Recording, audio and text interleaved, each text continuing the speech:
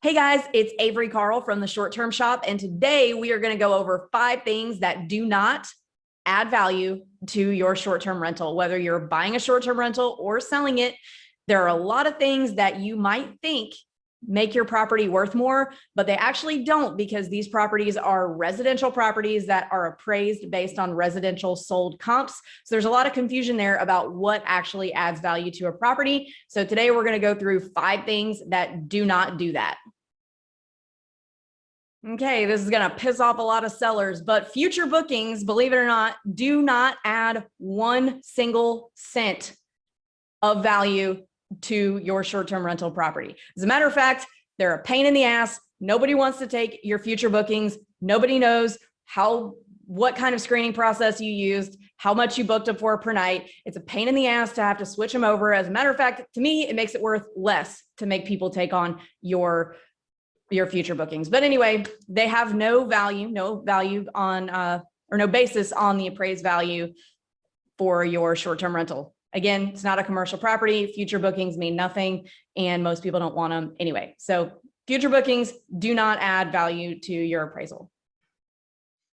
Second thing that does not add appraisal value, again, it may cause a buyer to pay more money for a property, but we are talking about appraised value here.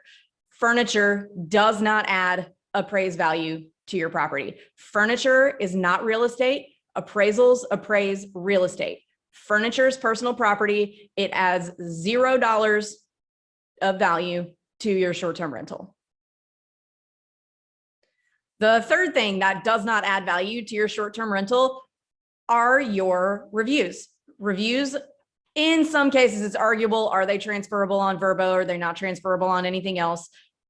Doesn't really matter. Reviews are reviewing the manager, not the property. I know those of you who have been to my getting started calls know that 2 people who own the exact same property can have wildly different success levels based on how they manage the property. So a property could get a really bad review because of a steep driveway. A manager who discloses that up front, makes it very clear front and center on the front of the listing, is not going to get a bad review for that because they prepared the guest for it. A manager who didn't disclose that is going to be the one to get a bad review because the guest was surprised by it. So reviews mean nothing. Reviews are actually very subjective and kind of a variable because they can be managed out. So reviews, whether they're transferable or not, is for another video, but they don't actually add value to the property. Fourth thing that does not add value to your short-term rental property is social media accounts and the number of followers that those social media accounts have. I am not joking. Some people do think that. I have seen it a million times. People like to start Instagram, social media accounts, Facebooks for their properties so that they get direct bookings. That's great.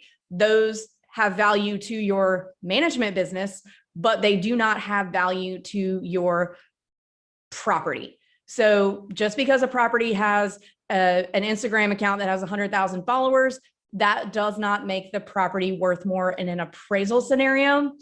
It might be attractive for you as an owner if you're able to get those, but it's not something that should make you pay more for the property because it's not going to be reflected in the appraisal. Okay, y'all, and this is the biggest one that people always think makes their property worth more than it is, and that is rental history. That would be the case if these were commercial properties, but they're not. They're residential, so the rental history has no bearing on what the property appraises for. Again, rental history is great for your management business if you were selling a management business, but at the end of the day, even though it is kind of a business, you're selling a piece of real estate, a residential piece of real estate, and it doesn't matter if your property made $1 million last year.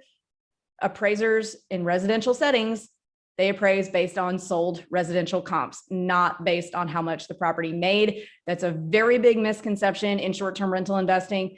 While it could indirectly, again, we've said this about a few other ones, could indirectly affect what a buyer is willing to pay for your property. Maybe they're willing to pay over the appraised value. That's a different conversation. But Rental history does not determine what the property is worth in a residential real estate scenario. Thanks, guys. Let me know if you have any questions. Hit me at Avery@theshorttermshop.com. Catch you later.